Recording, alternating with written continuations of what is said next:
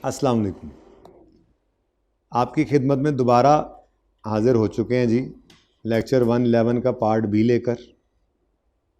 और हम बात कर रहे थे नॉन कैश कंसीडरेशन की, और आपको मैंने सादा सा उसूल, उस वक्त ज़रा जोश खताबत में बुलंद थी आवाज़, वापस आ गई है दोबारा। आपको पता टाइम लगेगा चार्ज होने में। बहरहाल मैंने आपको बड़ी सादा सी एक बात बताई कि अगर आपने कोई गुड्स बेची हैं या सर्विसेज रेंडर की हैं और बदले में आपको कैश की बजाय कोई नॉन कैश आइटम रिसीव हो गई, यानी कंसीडरेशन नॉन कैश है, तो भाई जो चीज़ आपको रिसीव हुई है उसकी फेयर वैल्यू के मुताबिक, उसकी फेयर वैल्यू पे आपने ट्रांजैक्शन प्राइस को रिकॉर्ड करना है। बैठ जा यार, इधर ही बैठ जा, कुछ नहीं होता। बैग रह गया उधर। अच्छा, उसके बाद मैंने ब्रेक से पहले आपको कहा था बबलू में क्या किया। बबलू ने एक कॉन्ट्रैक्ट किया क्लीनिंग सर्विस का, cleaning service for college for 1 month.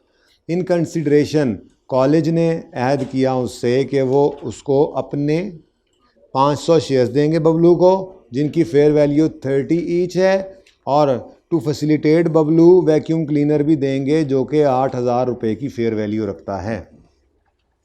ठीक है, अब जनरल एंट्री पास करो। Assuming Bablu will obtain control over vacuum cleaner का मतलब क्या है कि बबलू को हमने कहा है जब महीने बाद आप यहाँ से जाने लगना तो ये वैक्यूम क्लीनर आप ही ले जाना साथ। हमने इसका क्या करना, ठीक है। फिर जब शबलू आएगा तो उसके लिए हम नया लेकर उसको भी दे देंगे, ठीक है। अगर ये सिचुएशन है तो एंट्रीज कैसे करें। अब मुझे बताएं, इन्वेस्टमेंट इन शेयर्स, बबलू की किताबों में ये एंट्री हो रही है, पास एंट्रीज फॉर बबलू। बबलू के अकाउंटेंट है आप, ठीक है। तो बबलू की किताबों में क्या एंट्री हो रही है, इन्वेस्टमेंट डेबिट, इन्वेस्टमेंट इन शेयर्स। उसने इन्वेस्टमेंट्स खरीद लिए हैं हमारे, बदले में सर्विसेज दी हैं। तो कितने शेयर्स खरीदे हैं, 5,000। अभी ये पहली बात ही शुरू की है मैंने, बड़ा इंतज़ार किया तुम लोगों का, शुक्र तुम लोग भी आए जल्दी हो माशाल्लाह, ठीक है। 5,000 शेयर्स खरीदे हैं, और एक शेयर कितने का है, तो कितनी इन्वेस्टमेंट, 1,50,000। साथ ही बबलू को एक वैक्यूम क्लीनर भी मिल गया है,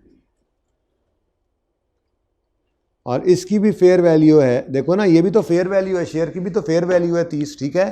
तो फेयर वैल्यू कितनी है, 8,000। तो मैंने आपको क्या कहा था, रेवेन्यू क्या निकालना है आपने, बैलेंसिंग। तो रेवेन्यू सर्विसेज का बबलू का कितना है, भाई सादा सी बात है। इसने ये सफाई की तो इसको क्या क्या मिला, इसको ये 5,000 शेयर्स मिले बबलू को, हर एक शेयर 30 रुपये का था, यानी 1.5 लाख के शेयर्स मिल गए इसको, और 8,000 की इसको वैक्यूम क्लीनर मशीन भी मिल गई, ठीक है। और अगर हमने कहा हुआ है कि बबलू साहब आपने जब जाना है तो हमारी मशीन वापस करके जाना है, तो फिर बबलू को तो सिर्फ शेयर्स ही मिले ना, 5,000 इंटू 30। और रेवेन्यू हमेशा क्या करना है आपने, बस ये आपको बचा लिया करेगी बात, ठीक है ना जी। रेवेन्यू ऑफ सर्विसेज बैलेंसिंग निकालना है, तो 1.5 लाख इन्वेस्टमेंट की अमाउंट आई, यानी जो कंसीडरेशन रिसीव हुई है उसकी फेयर वैल्यू, और रेवेन्यू बैलेंसिंग कितना आ गया, 1.5 लाख, ठीक है। तो 3 चीज़ें हमने पढ़ ली अभी तक। नंबर 1, पहली बात तो हम किस पे चल रहे हैं, स्टेप 3 पे इस वक्त चले हुए हैं, ठीक है। स्टेप 3 में हमने क्या कहा, स्टेप 3 होता क्या है, determine the transaction price. Transaction price determine कीजिए, जिसमें हमने कहा था ट्रांजैक्शन प्राइस की डिटर्मिनेशन में फैक्टर्स जो कंसिडर करने हैं, फैक्टर्स टू बी कंसिडर्ड। तो वो फैक्टर्स टू बी कंसिडर्ड कौन कौन से थे। सबसे पहला हमने देखा वेरिएबल कंसीडरेशन, जिसको हमने क्या कहा था जी, मिसाल के तौर पे क्या हो जाए, कोई पेनल्टी है, कोई इंसेंटिव है, कोई डिस्काउंट है, ठीक है जी। फिर हमने कहा जी नॉन कैश, एक हम पहले ही पढ़ चुके हुए हैं, वो कौन सा है, सिग्निफिकेंट फाइनेंसिंग कम, वो डिस्काउंटिंग वाला, सिग्निफिकेंट क्या था, फाइनेंसिंग कंपोनेंट, वो डेटर की डिस्काउंटिंग वाला, ठीक है, वो हम कर चुके थे। आज हमने एक और भी देख लिया, अगर हमें ट्रांजैक्शन प्राइस मिले कोई नॉन कैश आइटम यानी नॉन कैश कंसीडरेशन हो, तो उसूल क्या आ गया? उसूल ये आ गया कि आपने जो चीज़ रिसीव हुई है उसकी फेयर वैल्यू पर ट्रांजैक्शन प्राइस आपने डिटरमिन करनी है, वही उसकी ट्रांजैक्शन प्राइस होगी, ठीक है। अब अगली चीज़ मैं पढ़ाने लगा हूँ आपको, consideration payable by seller to customer. अजीब बात है, consideration payable by customer to seller, by seller, sorry, consideration payable by seller to customer, ठीक है। अच्छा, लेकिन इसको ज़रा पढ़ ना लें जाके, नॉन कैश कंसीडरेशन की अंग्रेजी तो पढ़ लें ज़रा। To determine the transaction price for contracts in which a customer promises consideration in a form other than cash,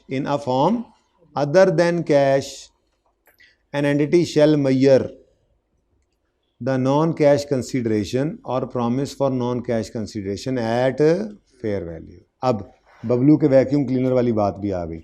If a customer contributes, if a customer यानी कॉलेज ने कंट्रीब्यूट किया था ना, if a customer contributes goods or services, for example vacuum cleaner, to facilitate the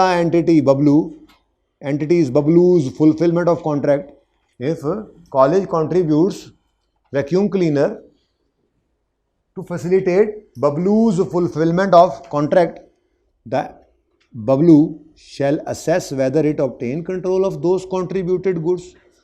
assess करे बबलू कि क्या उसको vacuum cleaner का कंट्रोल मतलब उसी का हो गया ये। If so Bablu shall account for vacuum cleaner as non cash consideration received from customer. तो ये हमने एग्जांपल कर ली, ठीक है। पहली एग्जांपल कौन सी की हमने?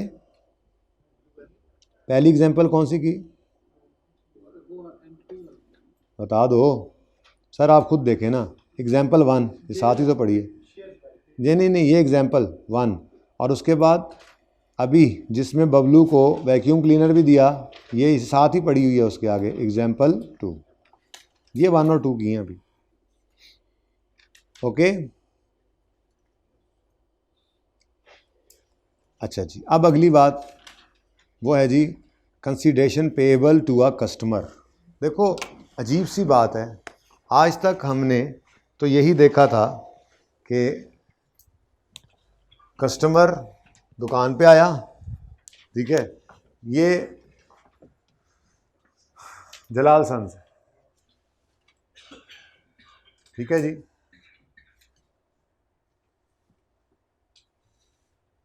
सेलर, ठीक है।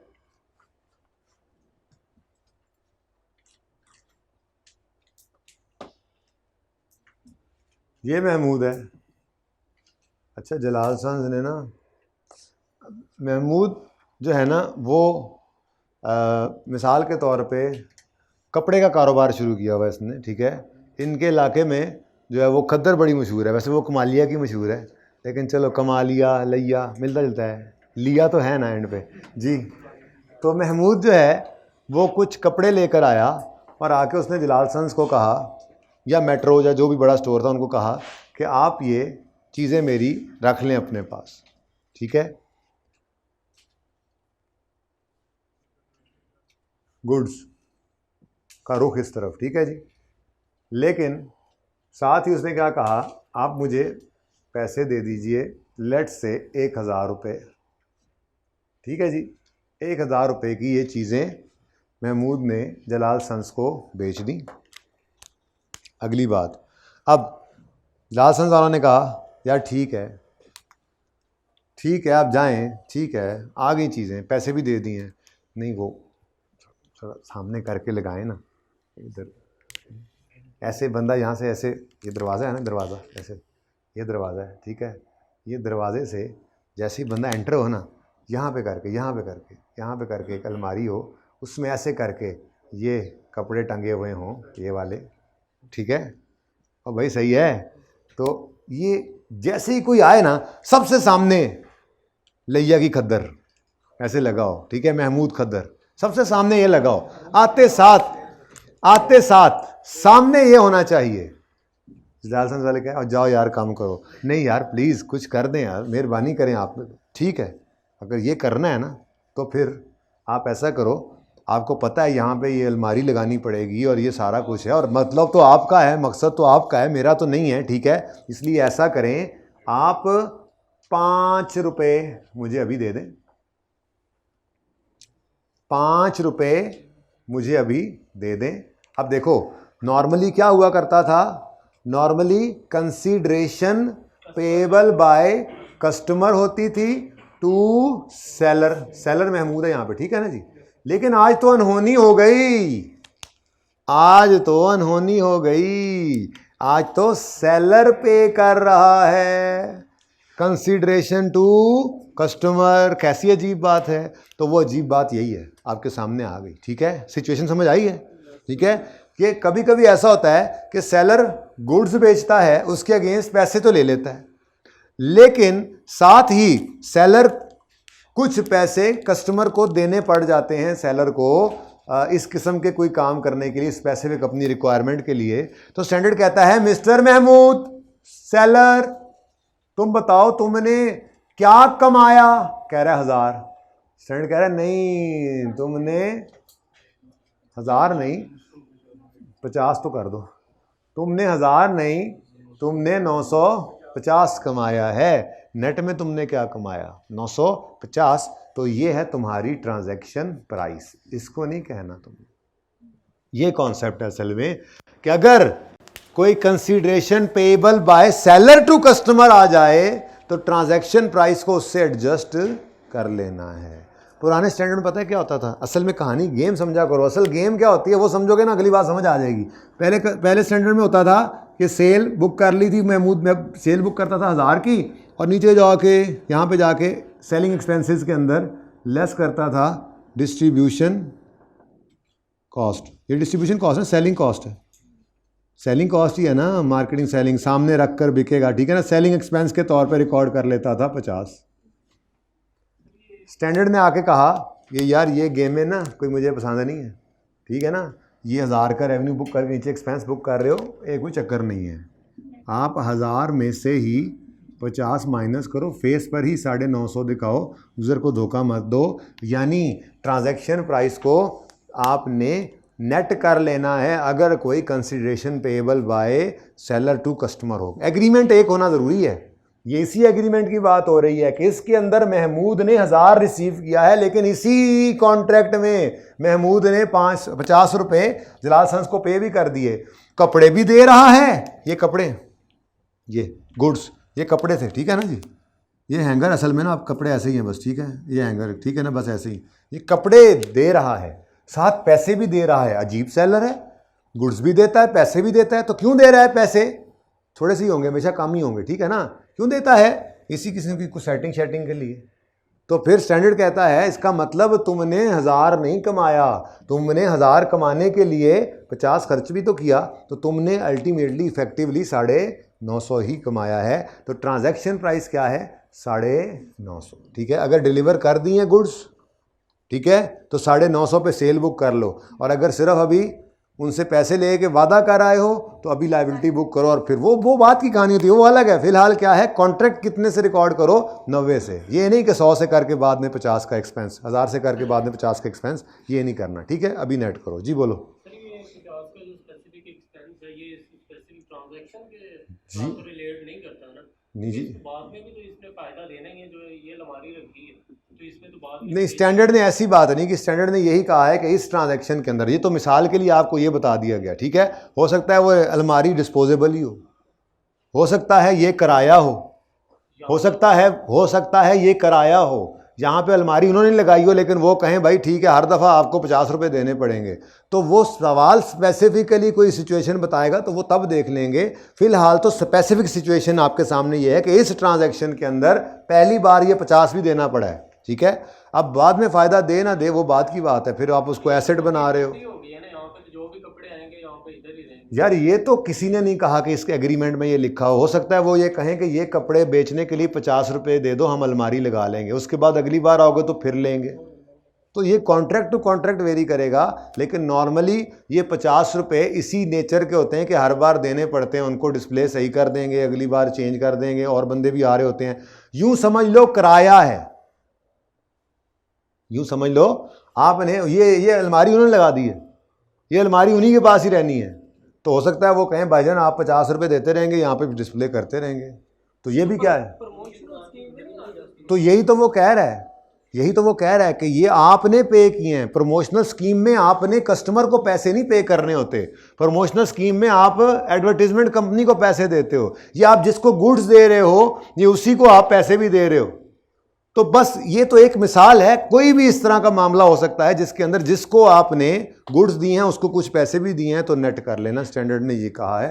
अब स्टैंडर्ड बनाने वाले से भी पूछा जा सकता है जाकर। सवाल देखें, यहाँ पे खद्दर, चलो चप्पल ही कर लेते हैं आप, खुस्सा याद है, खुस्सा सेलर महमूद, खुस्सा सेलर महमूद ने, ये खुस्से हैं, खुस्सों का गट्टू है, ठीक है जी, ये खुस्से गए हैं गुड्स, और ये बाटा को रख के आया था, याद है। बाटा कौन है यहाँ पर, कस्टमर, ठीक है। और गुड्स गई हैं इस तरफ, तो दूसरी तरफ से पता है आपको कैश ने आना है, तो बाटा ने कैश की बोरी भरी और ये महमूद के पास आ गई, और ये कैश है लेट से 500,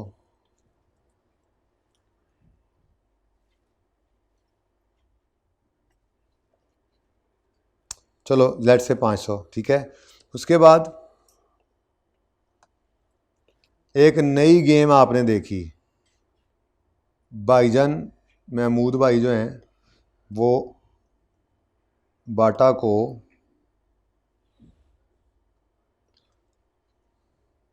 कंसीडरेशन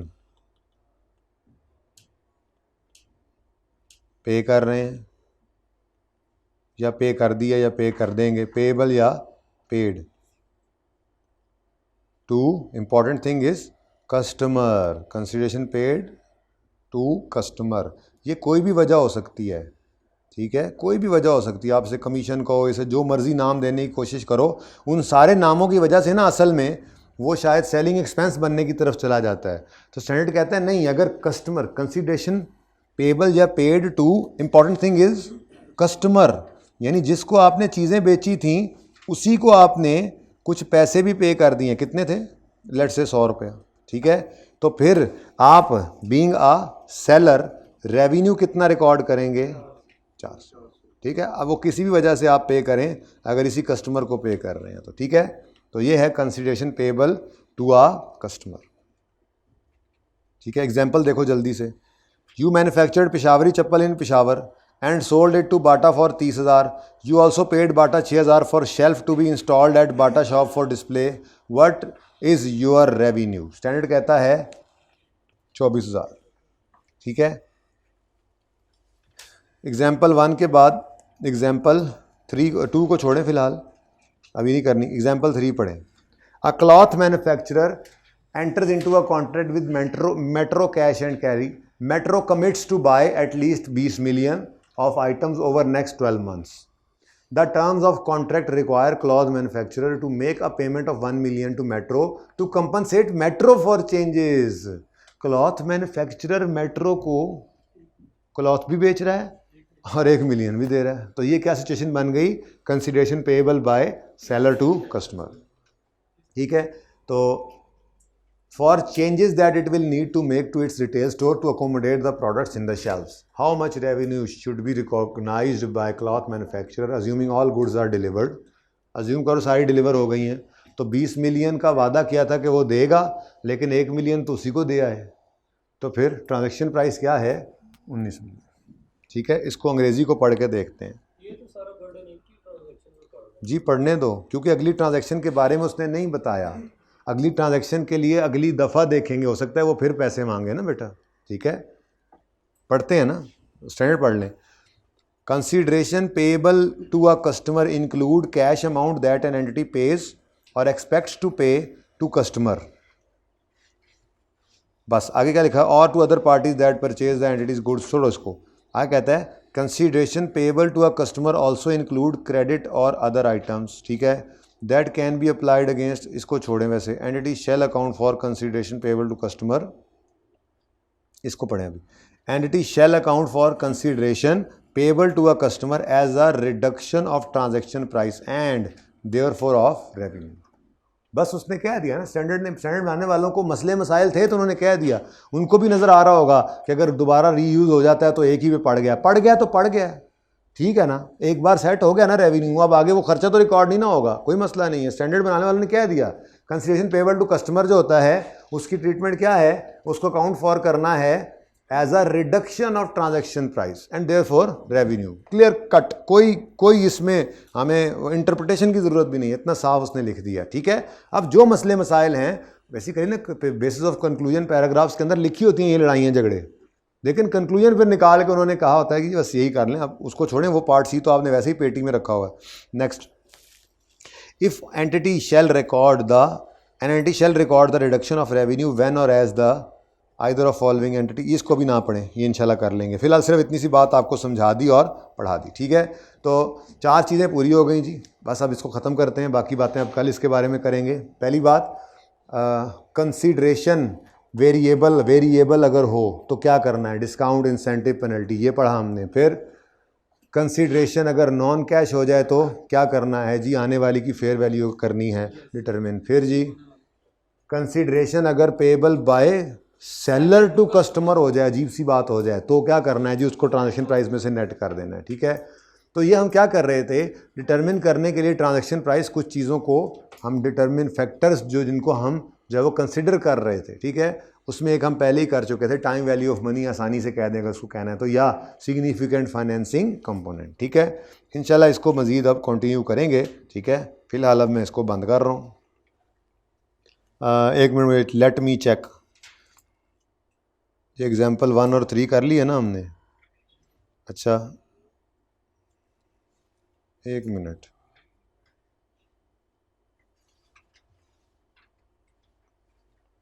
अच्छा होमवर्क में पेज 443 की एग्जाम्पल 2 लिख लो ज़रा पहले, पेज 443 की एग्जाम्पल 2।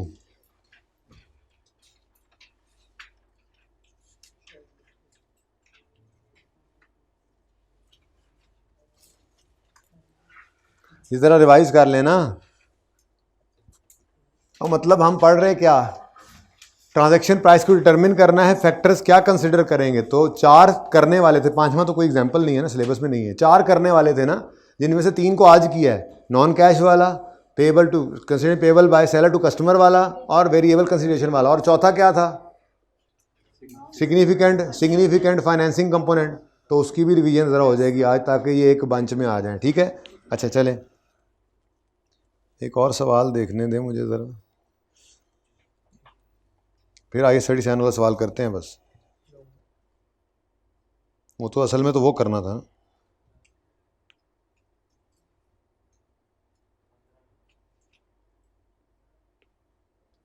चलें, ये क्वेश्चन नंबर,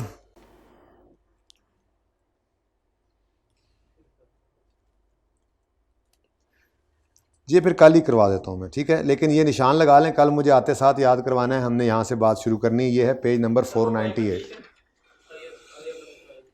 जी, वो नहीं करनी, वो जब टाइम मिलेगा कल कर लेंगे, कोई बात नहीं, बता दिया ना आपको, मतलब वो मेरे ज़िम्मे हो गया हुआ है, बता के आपको वैसे ही फंसाऊँगा आप, तो मैं आज I37 वाला सवाल करने दो, उस पर टाइम ज़्यादा लगना है, इस पर कम लगना है, ठीक है। जिस दिन IFRS 15 नहीं ना छेड़ो, उधर पढ़ के आएंगे पूरा, उस दिन फिर वो कर लेंगे।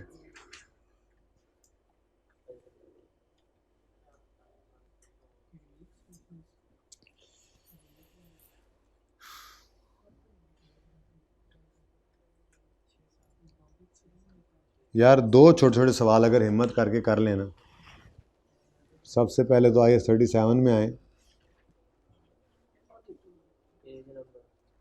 मैं ढूंढता हूँ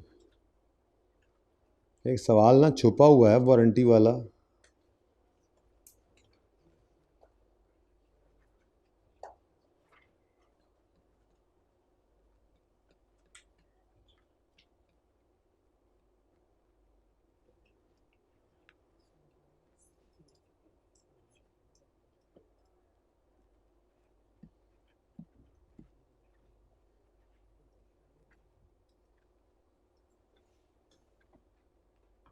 अच्छा जी, ये क्वेश्चन नंबर 2 का मेरे ख्याल में 4 पार्ट है, मैं छुप गया था नीचे, मुझे लग रहा है यहाँ पे है।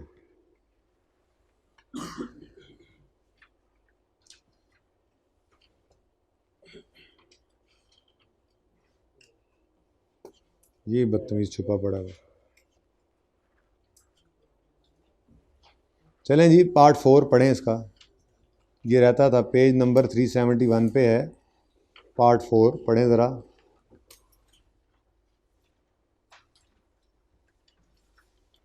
ये इसके साथ क्या हुआ?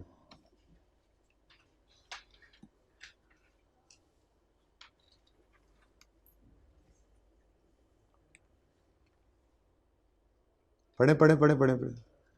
ये पेज आखिरी बार देख लें, पेज 371 था ये।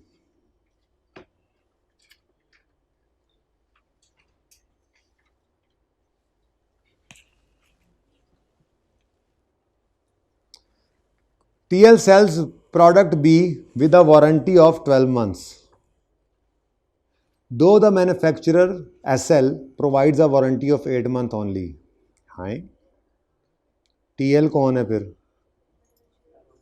सेलर है, मतलब रिटेलर कह लें, और ये कस्टमर को वारंटी देता है पूरे 12 महीने की। अजीब बात, जबकि मैन्युफैक्चरर ने सिर्फ 8 महीने की वारंटी दी हुई है। अच्छा चलो देखते हैं क्या कहानी।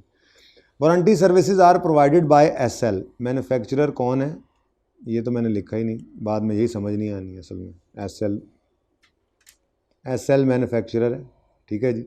और वो कह रहे हैं कि warranty services are provided by SL। Warranty services देता तो SL ही है, ठीक है। However, TL is responsible if SL fails to honor its obligation। लेकिन अगर किसी वजह से मैन्युफैक्चरर ना दे पाए ये वारंटी, कितने महीने की वारंटी? 8 माह की, ठीक है ना जी। तो इसके लिए कौन लायबल है ना? इसके लिए कौन लायबल है? SL। लेकिन ऐसे थोड़ी सी बात हम ये ज़रूर कर देंगे कि जी वैसे ये लायबल तो नहीं है, लेकिन हो सकता है। डिफॉल्ट कर जाए किस सूरत में? अगर SL डिफ़ॉल्ट कर जाए तो हम जब लिखेंगे ना तो हम ये कहेंगे कि जी TL बिल्कुल भी लायबल नहीं है, क्योंकि 8 महीने के लिए मैन्युफैक्चरर ने वारंटी देनी होती है। लेकिन कंटिजेंट लायबिलिटी ज़रूर डिस्क्लोज़ कर देंगे कि in case of its default 8 महीने की वो प्रोविज़न भी इनके ज़िम्मे आ जाएगी, ठीक है। यहाँ तक कोई मसला? बोलो। आगे कहता है if warranty claims arises within 8 months SL यानी manufacturer does not charge any cost to customer. भाईजान कस्टमर को तो कभी भी वारंटी की कॉस्ट क्लेम नहीं की जाती उससे, कैसी बात कर दी आपने, ठीक है please. However SL charges 500, 1000 and 2500, यानी मैन्युफैक्चरर ये चार्ज करता है for minor, moderate and major defects respectively in each unit if defect raises in the extended warranty period of 4 month, ठीक है। तो किस से लेता है? SL charges to TL। SL charges to TL। पहले क्या कह रहा है वो? SL नहीं लेगा कोई कॉस्ट, ठीक है, अगर 8 महीने के अंदर अंदर ये सही होने आ जाए, ठीक है। लेकिन उसके बाद कहता है अगर वो वारंटी पीरियड एक्सटेंडेड यानी वारंटी पीरियड के बाद वाले आखिरी 4 महीनों में आता है, भाई जाग के बैठो ज़रा, देखना ज़रा, सवाल होने लगा है। वो 4 महीनों के बाद अगर आते हैं तो ऐसी सूरत के अंदर क्या करेंगे? उन्होंने फिर एक वही वाली रूटीन बता दी कि जी हम माइनर डिफेक्ट वालों को 1000 रुपये में 500 में सही करते हैं, मॉडरेट वालों को 1000 में और मेजर डिफेक्ट वालों को 25 में। पहले 8 महीने के पैसे क्यों नहीं लेंगे? क्योंकि वो वारंटी ऑलरेडी इसने मैन्युफैक्चरर ने दी हुई है, ठीक है। अच्छा, the probability that warranty claim in respect of unit sold may arise is as under. अच्छा, अब कहानी ऐसे है कि कस्टमर को तो पूरे 12 महीने की वारंटी दी गई है, ठीक है।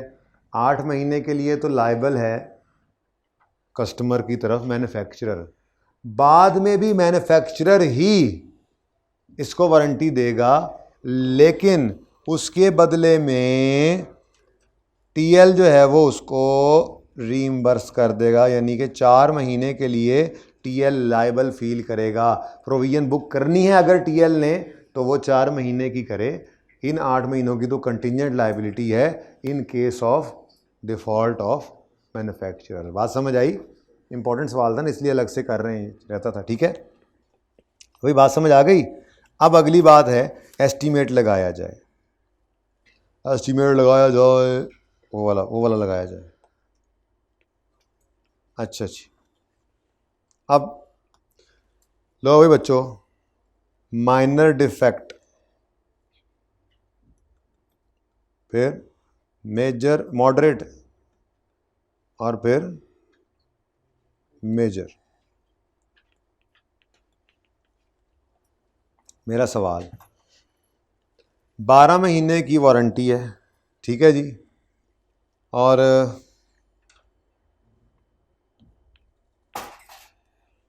वो कहता है tell the probability that warranty claim in respect of a unit sold may arise as under. First 8 months के अंदर माइनर डिफेक्ट आए, इसका चांस 12% है। हमें इससे क्या? फर्स्ट 8 मंथ्स में मॉडरेट आए, हमें इससे क्या? मेजर आए, यार हमें इससे क्या? डिस्क्लोजर के लिए लिख लेना, मैं तो फिलहाल वारंटी की प्रोविजन कैलकुलेट करवा रहा हूँ, ठीक है। डिस्क्लोजर के लिए अमाउंट लिख लेना बेशक, ठीक है, बिल्कुल लिख लेना, सही कह रहे हो। लेकिन फिलहाल मेरा फोकस किस पे है? 6%, 10% और 5% पे। लेकिन अगली बात सुनो, during the year ended 30 June 19, a total of 12,000 units of product be had been sold by TL and warranty cost of 1.5 had been paid. अच्छा जी, अब उसने ना अलग अलग करके दे दिया है, यानी 12,000 यूनिट्स ख़राब होंगे आखिरी 4 महीनों में, इसका चांस कितना है? तो हमारे लिए तो 12,000 यूनिट्स ही हो गए ना, ठीक है। अब माइनर डिफेक्ट्स आ सकते हैं 12,000 में से हमारे 4 महीनों में कितने? 6%। मॉडरेट आ सकते हैं 10% और मेजर डिफेक्ट्स आ सकते हैं, ठीक है जी। अच्छा, अगली बात, अगर माइनर डिफेक्ट आए तो भाईजान 500 रुपये लेते हैं, 1000 लेते हैं मेजर मॉडरेट का और 2500 लेते हैं मेजर का, ठीक है जी। तो कितने यूनिट्स माइनर डिफेक्ट वाले आएंगे? 720 जी। इसको मल्टीप्लाई करें 500 से, आंसर इज, बोलो, 3 लाख। अच्छा, 10% बन गया 1200, इस पे लगेगा 1500, 1000 जी।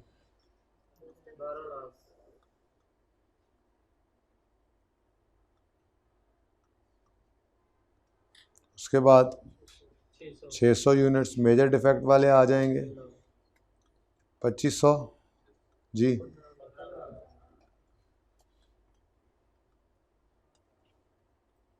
रहने दिए, रहने देने फिर कम,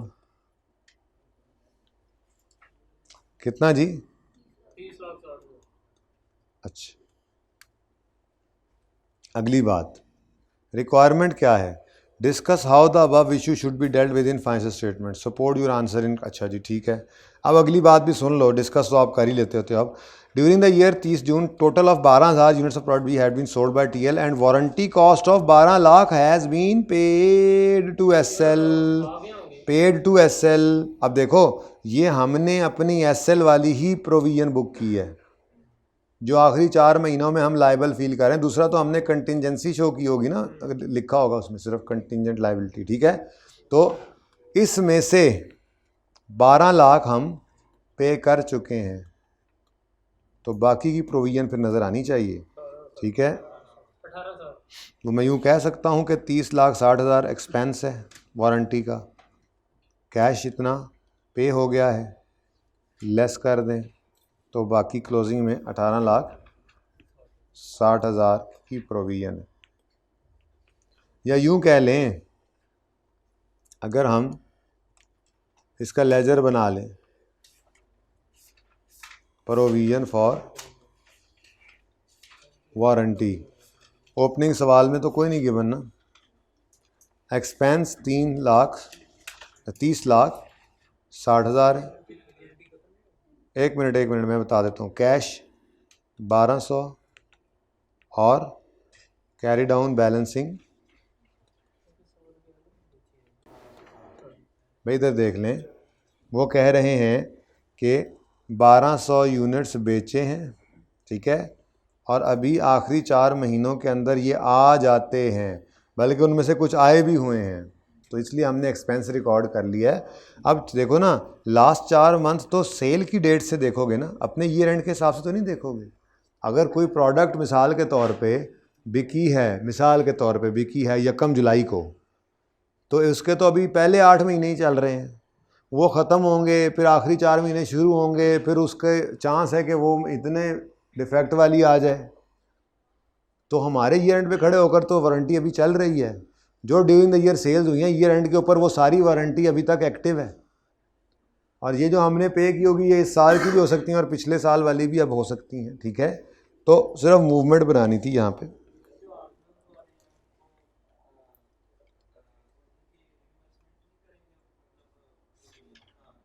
बेटा ये ना पहले 8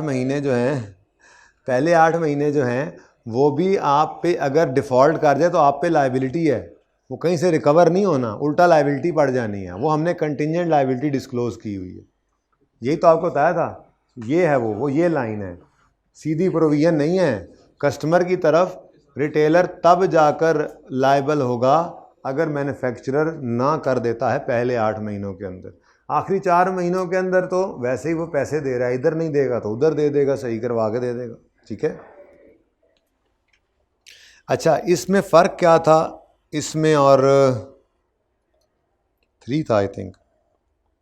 इसमें इधर देखो, इसमें क्या कहा था उसने कहा था 31 दिसंबर 18 पे, it is estimated that total cost of 4 million and 7 million would be incurred in next year. तो उसने ये एस्टिमेट खुद निकाल कर दे दिया था, ठीक है, जो हमें निकाल के खुद कैलकुलेट करके निकालना पड़ा, ठीक है। इन दोनों सवालों में अगर कन्फ्यूजन हो तो ओके, डन। अच्छा जी, अब एक ना छोटा सा कॉन्सेप्ट सुनो और निकल जाओ फिर, ठीक है। वो छोटा सा कॉन्सेप्ट ये है, उसके बाद ना एक सवाल करना है। हमने फाइनेंशियल लायबिलिटी को फेयर वैल्यू पे रखा था, अब बोलो फाइनेंशियल, वो जिसके अंदर OCI वाला चक्कर भी आया था, ठीक है। FETPL हमने कहा था ये FETPL ये फेयर वैल्यू पर रखें। मिसाल के तौर पे हमने यूँ कहा था कि जी हमारी लायबिलिटी है 100 रुपये का, हमने लोन लिया है और ईयर एंड पर ये हो गया है 90 का, ठीक है। तो बाकी 10 को हम करते थे प्रॉफिट एंड लॉस में, खुशी या गम। और फिर वो अपनी क्रेडिट रेटिंग वाला मामला कुछ याद हो, अपनी वजह से जो हुआ उसको OCI में ले जाते थे, पहले वो लिख लेते थे और बाकी बैलेंसिंग P&L, ठीक है ना। अपनी क्रेडिट रेटिंग का इशू OCI में जाता था और वो पहले लिख के बैलेंसिंग, तो वो याद है ना, कुछ याद आ रहा है, ऐसा कुछ किया था। अच्छा, अब इसकी जो एंट्रीज होती थी ना, वो एंट्रीज कुछ इस तरह से होती थी। Cash debit, financial liability credit. अगली एंट्री करते थे हम फाइनेंशियल लायबिलिटी डेबिट और P&L क्रेडिट। खुशी हुई है ना, लायबिलिटी कम हो गई है, हालांकि गुडविल ख़राब हुई है आपकी। चलें छोड़ें, आपको गुडविल से क्या, वक्ती फ़ायदा सोचते हैं आप लोग तो। अच्छा नेक्स्ट, और हम कहते थे जी कूपन रेट के ऊपर इंटरेस्ट एक्सपेंस निकालना है हमेशा, याद है। और उसकी एंट्री हमने सीखी हुई थी, interest expense debit cash credit, ठीक है जी। मिसाल के तौर पे फेस वैल्यू तो 100 ही है ना, इंटरेस्ट रेट 12% अज्यूम कर लें तो कितना बन गया, 12 और 12। ये एंट्रीज हमने सीख रखी थी, बोलो। अच्छा, कैश अगर है फिर तो ऐसे ही है। और मिसाल के तौर पे कैश नहीं है बल्कि पेएबल है, इंटरेस्ट पेएबल लिखते थे, ऐसा ही है, और बोलो। लेकिन ये याद है हमें कि फेस वैल्यू के ऊपर इसको लगाते थे, पर हम इसको हमेशा अलग रखते थे। सही ट्रीटमेंट वैसे यही है, हमेशा अलग रखते थे और इसको फाइनेंशियल लायबिलिटी के लेजर में इस इंटरेस्ट को लेकर नहीं जाते थे, इसको कैश क्रेडिट करते थे, या फिर अब नहीं कैश पे किया तो इंटरेस्ट पेएबल क्रेडिट करते थे, ठीक है। समझ आती है। आई कैप ने इस बार एक चवल मारी। आई कैप ने इंटरेस्ट पेबल की बजाय इसको भी फाइनेंशियल लायबिलिटी में डाल दिया। मतलब ये भी ठीक है एक तरह से, लेकिन अलग लायबिलिटी ना रही बल्कि लायबिलिटी भी यहीं पे आ गई, तो उससे फ़र्क ये पड़ा। बहरहाल ये फिगर अब थोड़ी चेंज हो जाएगी, वो ज़रा अगला इंटरेस्ट तो फिर गलत नहीं निकलेगा। बेटा पता नहीं, अब वो तो फिर ये कहानी ख़त्म हो जानी अगर ये कैश ही हो जाए तो। लेकिन अब जहाँ तक बात की हुई है सवाल करके देखना ना, फिर वो कल सवाल डिस्कस कर लूँगा, ठीक है। मैं अभी तो होमवर्क देने लगा हूँ, ठीक है। तो ये जो 20 रुपये का प्रॉफिट लॉस आने लगा था, ये अब क्या रह जाएगा, जाहिर सी बात है 8। तो एक इनकम एक एक्सपेंस ज़रा को नेट करके कहानी कुछ ऐसी बन गई। लेकिन छोड़े इस बात को, आपने सिर्फ ये ज़हन में रखना है कि सारी कहानी वही है जो आपको पुरानी आती थी, बस आपने interest expense debit cash credit सीखा था। Interest expense debit financial liability credit कर दिया उसने। हालांकि कैश वाला सिचुएशन हो तो interest expense debit financial liability credit, फिर साथ ही कैश पे होगा तो financial liability debit cash credit, वो तो वैसे ही नील हो जाता है, ठीक है ना। लेकिन ये काम किया गया था, इस काम को आपने अब अप्लाई करना है। ये मैंने वैसे करवाना था, तो ये और IFRS 9, अब तो थोड़ा IFRS 9 की तरफ चल भी पड़े हैं ना, ये इंशाल्लाह उम्मीद है कल हम करेंगे, ठीक है। तो एक मिनट मुझे सवाल तो बता लेने दो दोस्तों, बस छुट्टी हो गई आपकी। ये पेज 753 ऑनवर्ड्स नहीं है, ये देख रहे हो जी जिंक, और बोलो इधर, ये जिंक है जिंक, ये मार्च 23 का क्वेश्चन 1 8 नंबर का, प्लीज़ प्लीज़ प्लीज़ इसका पार्ट 1 तो आपने वैसे ही कर लेना था। मैंने बेसिकली ये पार्ट 2 में आपको बताया कि इन्होंने क्या किया है, ठीक है। तो इसको ज़रा ट्राई कीजिएगा, ये आपका होमवर्क है, ये कर लेंगे तो मैं इंशाल्लाह डिस्कस भी कर दूंगा। Page number 753 recent attempt, page 753, ठीक है जी। इसको ट्राई कीजिएगा। थोड़ी सी बात जो मैंने छेड़ के मैं भेज रहा हूँ ना आपको, ज़रा उसको ट्राई कीजिएगा, उसको समझने की कोशिश कीजिएगा। इसको ट्राई करने में तो हर्ज नहीं है, कल इंशाल्लाह फिर मैं करवा दूंगा, ठीक है जी। अल्लाह हाफिज़।